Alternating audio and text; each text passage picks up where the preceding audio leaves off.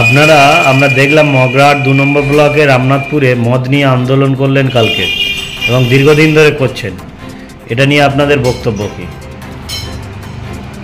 গত বুধবার যে আন্দোলন আপনারা দেখেছেন রামনাথপুরে পথের দাবির পক্ষ থেকে, ওখানকার স্থানীয় মানুষদের নিয়ে মদ বিরোধী আন্দোলন শুরু হয়েছিল। এটা শুধু কাল নয়, দীর্ঘদিন ধরে এই আন্দোলন চলছে। যতদিন না পর্যন্ত এই মদের দোকানটা উঠছে ততদিন এই আন্দোলন চলবে। আপনাদের এই মদ নিয়ে আন্দোলন বা সামাজিক আন্দোলনে লক্ষ্য করা যায়, তো এই মদ নেশাগ্রস্ত বিষয়গুলো নিয়ে আপনাদের কর্মসূচি কি আছে বা আপনারা এই বিষয়ে কি চিন্তা ভাবনা রাখেন? আমরা চাই গণতান্ত্রিক পদ্ধতিতে আমাদের এখানে, আমাদের রাজ্যে বা আমাদের জেলায় যেসব জায়গায় মদ, সাট্টা, জুয়া, লটারি এই সমস্ত বিভিন্ন অসামাজিক কাজকর্ম চলছে এবং পাড়ায় পাড়ায় মদের দোকান গড়ে উঠছে, আমরা চাই গণতান্ত্রিক পদ্ধতিতে আন্দোলনের মাধ্যমে সেই মদের দোকানগুলো তুলতে এবং তার সাথে সাথে যেসব জায়গায় সাট্টা, জুয়া, লটারি চলছে সেখানকার মানুষকে সচেতন করে আন্দোলন গড়ে তুলে এগুলো নির্মূল করতে। প্রতিবাদ চলছে, সংগ্রাম চলছে, রামনাথপুরে মদের দোকান ভেঙে দাও, গুড়িয়ে দাও। রামনাথপুরে মদের দোকান ভেঙে দাও, গুড়িয়ে দাও। নকুলের ভেঙে দাও, গুড়িয়ে দাও। সংগ্রাম চলছে, চলবে।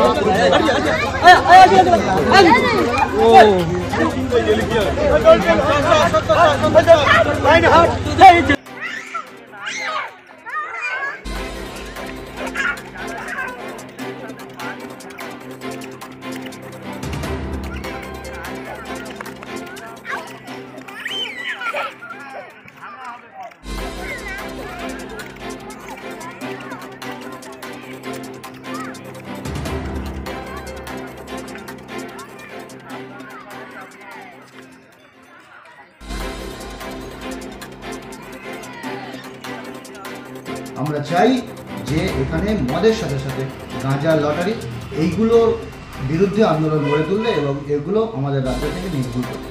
যেখানে মানুষ চাইবে আমরা সেখানে যাব এবং সেখানে মানুষকে সচেতন ও সংগঠিত করে আমরা শক্তিশালী আন্দোলন গড়ে তুলব এবং এগুলোকে নির্মূল করতে পথের দাবি বদ্ধপরিকর। আপনার নাম?